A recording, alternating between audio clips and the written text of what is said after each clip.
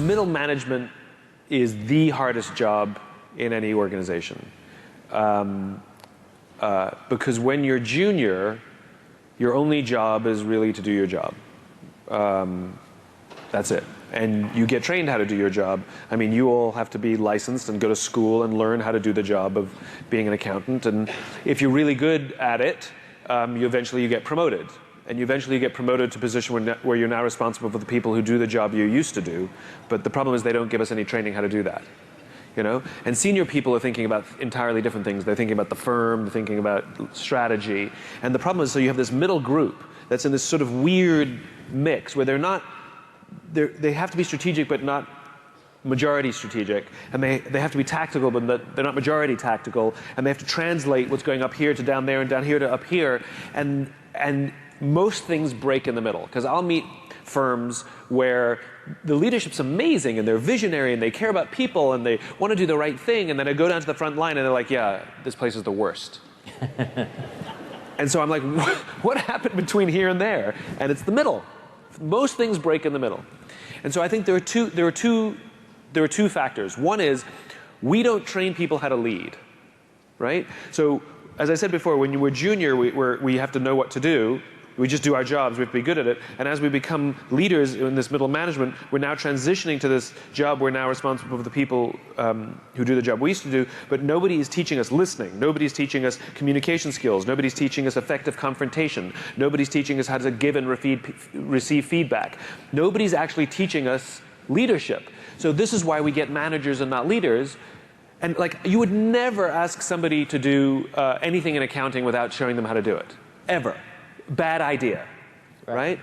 So why on earth do we think that we can just promote someone to a leadership position and expect that they know what to do without showing them how to do it? So that's problem number one, is the total vacuum in some cases, or just really minimal amounts of leadership training.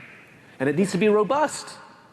The other problem that I come across very often is I get some really wonderful self-taught leaders in middle management. They're reading books, they're going to conferences themselves, they're watching TED Talks. I mean, they're students of leadership, they have mentors. I mean, they're really making a go of it, and they complain that the senior management, all they care about is the quarterly earnings.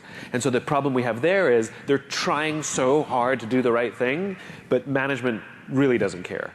So that's the opposite, right? And in those cases, I generally recommend that the right thing to do, I mean, quitting is always an option, but that's not necessarily the best option or the first option.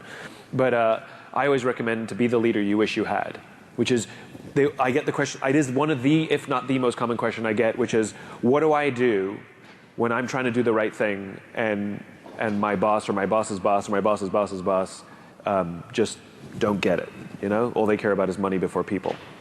And the answer is, you can't control what you can't control. So worry about the people around you. Worry about the people to the sides of you, a level below you, even a level above you.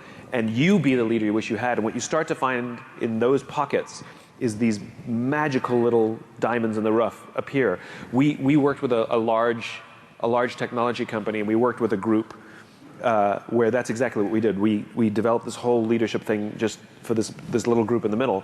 And yes, they started to do better, and their numbers went better, and the group expanded, and blah, blah, blah, all the things you'd expect to happen. But one thing we didn't expect is that the phone started ringing off the hook from other people in the firm asking, can I get a job in your group?